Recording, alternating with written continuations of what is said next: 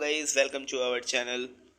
आज हम molecular basis of inheritance का first topic that is introduction to DNA वो हम पढ़ने वाले हैं। तो अगर आपको वीडियो अच्छी लगे तो प्लीज़ सब्सक्राइब करना चैनल को। मॉलिक्यूलर बेसिस ऑफ इनहेरिटेंस, इस चैप्टर को हम स्टार्ट करेंगे एक स्टेटमेंट से डैट उन्होंने 18 साल की लड़की के साथ हद कर दी, जिसमें हम कह सकते हैं 18 और उन्होंने मतलब 69, डैट मीन्स 1869 की कहानी है ये 1869 की।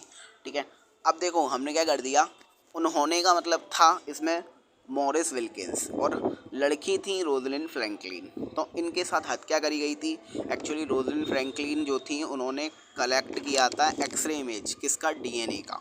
किस तरह किया था, पूरा प्रोसेस से उन्होंने पहले भाई एक्सरे इमेज को कलेक्ट करने के लिए पहले हमारे पास एक्सरे मशीन होनी चाहिए, तो उन्होंने मॉडिफाइड एक्सरे मशीन बनाई। इतना ही नहीं, उसमें पूरी क्या कहते हैं, हम कह सकते हैं एक्सरे डिफ्रैक्शन या फिर हम बोल सकते हैं क्रिस्टलोग्राफी की हेल्प से उस इमेज को निकाला।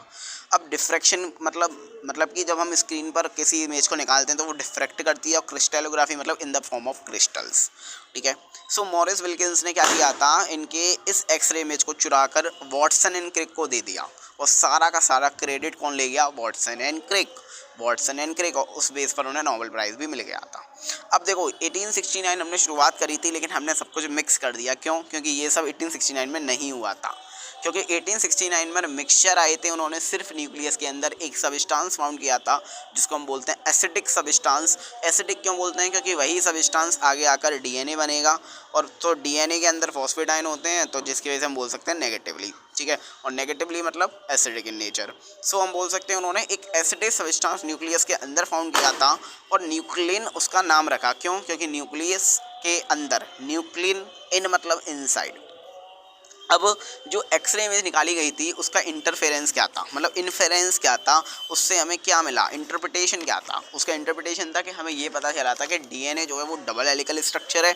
दूसरी बात, वो न्यूक्लियोटाइड के पॉलीमराइजेशन से बना हुआ है ना।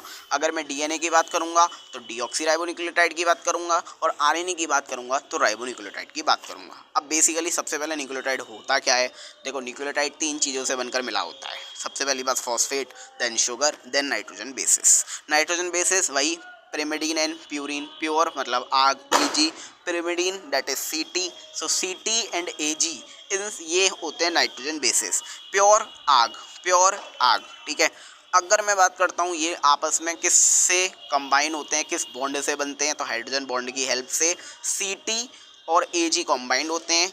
इसको कौन किससे मिलता है, तो हमें याद रखना है आटा एंड सूजी, ATCG। आटा मतलब AT और सूजी मतलब CG। क्लियर है। और आरएनए में जो होता है ना, दैट इज़ आरएनए में हम कभी भी थाइमीन, एक्चुअली हमने जो पढ़े हैं CTAG उनकी फुल फॉर्म होती है cytosine, thymine, adenine and guanine. तो इन केस ऑफ आरएनए हम उसी थाइमीन को रिप्लेस कर देते हैं यूरासिल के नाम से। अब बच्चे को कन्फ्यूज़न ये रहती है कि सर थाइमीन को कन्वर्ट करते हैं या साइटोसिन को कन्वर्ट करते हैं, तो याद रखना जो यू के पास आता है उसको कन्वर्ट करते हैं। क्लियर है। शुगर हम यूज़ करते हैं इसमें पेंटोज शुगर, वो हम 2 टाइप की ले सकते हैं, ribo sugar and deoxy ribo sugar.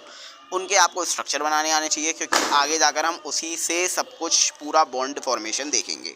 दूसरी बात यह है कि जिस टाइप की शुगर होगी उसी टाइप का न्यूक्लियोसाइड बनाएंगे, उसी टाइप का न्यूक्लियोटाइड बनाएंगे, और उसी टाइप का जेनेटिक मटेरियल बनाएंगे। फॉर एग्जांपल देखो, मान लो मैं शुगर लेता हूँ डीऑक्सीराइबो शुगर, तो अगर मैं डीऑक्सीराइबो शुगर ले रहा हूँ तो on the basis of deoxyribo sugar मैं जो न्यूक्लियोसाइड है उसको बोलूँगा डीऑक्सीराइबो न्यूक्लियोसाइड, और जो टाइड का वर्ड बोलूँगा वो बोलूँगा डीऑक्सीराइबो न्यूक्लियोटाइड, और जेनेटिक मटेरियल भी हो जाएगा डीएनए। ठीक है।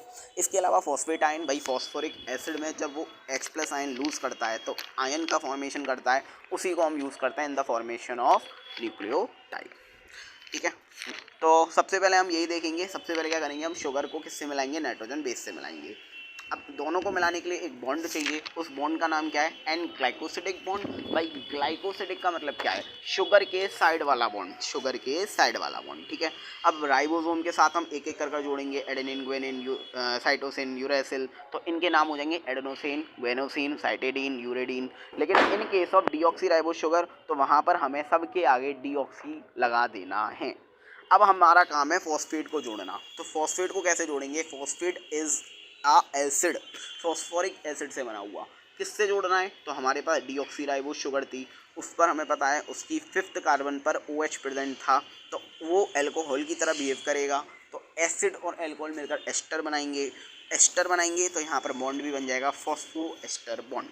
अब इस पूरे हम फिगर को जो हमने क्या किया, यहाँ हमने फॉस्फेट, शुगर और नाइट्रोजन बेस को ऐड किया। अब हम इस पूरे को कन्वर्ट करेंगे इमोजी में। कैसे काम करेंगे, याद रखना, शुगर मतलब पेट, तो उस इमोजी का पेट हो गया शुगर। फॉस्फेट मतलब फेस, उस इमोजी का फेस हो गया फॉस्फेट। और बेस मतलब टेल, तो नाइट्रोजन बेस को हम क्या करेंगे, उसकी टेल पर लगा दें, उसके बेस मतलब उसकी टेल नीचे लगा देंगे नाइट्रोजन बेस, ठीक है, किसके, इमोजी पर, ठीक है। अब ये हमने क्यों किया, ये हमने इसलिए किया क्योंकि अभी हम जब डबल हेलिकल स्ट्रक्चर देखेंगे तो उसमें ये हमारे बॉन्ड फॉर्मेशन में बहुत हेल्प करेगा, ठीक है। अब देखो, अगर एक अभी फॉस्फेट जुड़ गया, लेकिन अभी हमें पता है कि हमें क्या करना है, हमने न्यूक्लियोटाइड बना लिया, अब हमें पूरा पॉलीमराइजेशन करना है न्यूक्लियोटाइड का। कैसे करेंगे पॉलीमराइजेशन, तो एक न्यूक्लियोटाइड से दूसरे न्यूक्लियोटाइड को जोड़ना है। अब एक न्यूक्लियोटाइड में फ्री पोजीशन कहाँ पर है, अगर मैं फ्री पोजीशन की बात करूँगा तो मेरे को इतना पता है, एक पर तो फ्री OH है, एक पर फ्री कार्बन है, फ्री CH है ना। तो CH बॉन्ड जो होता है उसकी इलेक्ट्रोनेगेटिविटी लो होती है, यानी we can say stability unstable होता है क्योंकि रिएक्टिव नहीं होता, डेट मीन्स स्टेबल होता है, ठीक है। लेकिन अगर मैं OH की बात करूँगा वो अनस्टेबल होता है, मोर रिएक्टिव होता है, इसलिए जो नया वाला न्यूक्लियोटाइड है वो हमेशा OH पर अटैक करता है और OH ऑलवेज ऑन 3' पोजीशन। तो ऑलवेज जो नया वाला है वो 3' पर अटैक करता है, ऑलवेज नया वाला nucleotide always attack on 3' position. 3' पर अटैक कैसे करेगा मैंने बताना। अब जो भी आएगा वो ट्राई फॉस्फेट आएगा, क्यों, 2 फॉस्फेट को तोड़कर एनर्जी जो निकलेगी वही हेल्प करेगी नया बॉन्ड बनाने में, नया न्यूक्लियोटाइड का पुराने न्यूक्लियोटाइड से। और यहाँ पर फिर से फॉस्फेट और मतलब यहाँ पर फिर एसिड अल्कोहल वाला बॉन्ड बनेगा फॉस्फेट, ठीक है। तो यहाँ पर भी हम बोलेंगे फॉस्फोडाइएस्टर बॉन्ड बोलेंगे, लेकिन हमने एक बॉन्ड पहले बना लिया था फॉस्फोएस्टर बॉन्ड, तो अब टोटल मिलाकर हम फॉस्फोडाइएस्टर बॉन्ड बोल देंगे। तो हमें यहाँ से पता चल गया कि ऑलवेज 5' to 3' पॉलीमराइजेशन होता है। कैसे पता चला, क्योंकि नया वाला हमेशा अटैक करेगा 3 पे। अरे ऐसे समझो, हमारे पास कोई लाइन है ना, हम कह रहे हैं एक बच्चा खड़ा है, बिल्कुल एकदम सीधे खड़ा है, उसका सिर क्या है, फॉस्फेट है, पेट क्या है, शुगर है, और टेल लग रही है नाइट्रोजन बेस। अब मैं कह रहा हूँ लाइन में उसके नीचे सब लोग खड़े हो जाओ, जब लाइन में आएगा हमें पता है अगला वाले का सिर ही आने वाला है, उसके पैर पर कौन आने वाला है, अगले वाले का सिर। तो ऑलवेज क्या होगा, ऑलवेज जो उसका सिर है डेट इज़ फॉस्फेट है, वो कहाँ पर अटैक करेगा, फॉस्फेट हमेशा 3' पोजीशन पर अटैक करेगा। आई मीन पैर के ऊपर शुगर होती है तो शुगर पर अटैक करेगा, शुगर के 3' पर अटैक करेगा, ठीक है। अब DNA का हमारे पास न्यूक्लियोटाइड का पॉलीमराइजेशन हो गया, डेट मीन्स हमारे पास सिंगल स्ट्रैंडेड DNA कंप्लीट, लेकिन DNA always double helical structure में कंप्लीट करता है। अब हमें क्या करना पड़ेगा, एक और स्ट्रैंड के साथ उसको मिलाना पड़ेगा।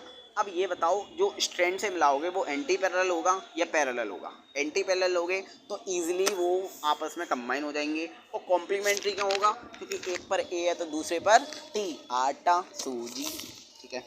अब हमने ये समझ लिया। अब अच्छा, इंटरप्रिटेशन में ये भी पता चला था कि 2 डबल हेलिकल स्ट्रैंड के बीच की डिस्टेंस होती है 20 एंट्रोस्ट्रॉम, ठीक है, मतलब 10⁻⁻10। और 2 नाइट्रोजनस बेसिस, या मैं बोल सकता हूँ 2 बेस पेयर के बीच की डिस्टेंस होती है 3.4 एंट्रोस्ट्रॉम। अब क्या हुआ, गड़बड़ ये हो गई कि ए जो टी थे वो आपस में क्या कर रहे थे, रिपेल कर रहे थे। भाई हमने दोनों स्ट्रैंड को देखा, रिपल्शन क्रिएट हो रहा था, ए रिपेल कर रहे थे, टी रिपेल कर रहे थे। तो हमने क्या किया, 36 डिग्री रोटेट कर दिया। 36 डिग्री रोटेट करने का क्या फ़ायदा हुआ, अब रिपल्शन कम हो गया 36 डिग्री रोटेट करने पर। अब मुझे बताओ, एक कंप्लीट टर्न कब होगा, जब पूरा 360 रोटेट करेगा, यानी 10 × 10, ठीक है, 10 बेसिस जब पूरे जुड़ेंगे तब जाकर 360 बैठेगा, क्योंकि 36 × 10 360। तो 10 जो पूरा क्या कहते हैं, 10 मतलब एक की लेंथ थी 3.4 2 नाइट्रोजन बेस के बीच की, तो 10 की कितनी हो जाएगी, 34 एंजियोस्पर्म। इसी को हम कहते हैं पिच। सो डबल हेलिकल स्ट्रक्चर हमें मिल गया, किसका मिल गया, DNA का। किसने दिया, वॉटसन क्रिक ने। एक्चुअली दिया तो रोजलिन फ्रैंकलिन ने था, बट सारा क्रेडिट वॉटसन एंड क्रिक ले गए। अब उन्होंने किस बेस पर दिया भाई, रोजलिन फ्रैंकलिन और मॉरिस विल्किंस के बेस पर। दूसरा चरगाफ रूल। अब ये चरगाफ रूल क्या है, चरगाफ एक साइंटिस्ट थे, उन्होंने एक अब मतलब क्या किया उन्होंने, डीएनए के अंदर से पर्टिकुलर न्यूक्लियोटाइड निकाला, उसको बार बार तोल कर देखा, तो पता चला कि प्यूरिन बराबर पिरिमिडीन, ए बराबर टी, सी बराबर जी, फॉस्फेट बराबर शुगर। होने भी चाहिए, कोई दिक्कत नहीं है, क्योंकि वो एक दूसरे से जुड़ते हैं, और जुड़ने के लिए जितने ए होने चाहिए उतने ही टी होने चाहिए। एक पढ़ते हैं हम बेस रेशियो, यानी बॉन्डेड न्यूक्लियोटाइड रेशियो। इसका मतलब क्या है भाई? बॉन्डेड न्यूक्लियोटाइड का रेशियो का मतलब है जो न्यूक्लियोटाइड को हमने बॉन्ड बनाकर जोड़ा है, दैट इज़ आटा, सूजी, एटी और सीजी को जोड़ा है, उसका रेशियो। उसका रेशियो कभी भी 1 के बराबर नहीं आता। क्यों नहीं आता? क्योंकि हमने ये एक्सपेरिमेंट कर देखा था। जब हम चरगाफ रूल पढ़ रहे थे तो वहाँ हमने पढ़ा था प्यूरिन बराबर पिरिमिडीन, तो वहाँ पर A plus G divide by C plus T का रेशियो बराबर 1 आ रहा था, और वो ऑलवेज़ आएगा, ठीक है, वो हमेशा यूनिवर्सल होगा। बट यहाँ पर नहीं आएगा, क्योंकि हमने एक की वैल्यू पुट कर देख लिया तो नहीं आया। लेकिन हमें ये पता चल गया कि प्रोकैरियोटिक और यूकैरियोटिक में जो रेशियो होता है वो 0 से कम और 0 से ज़्यादा क्यों होता है?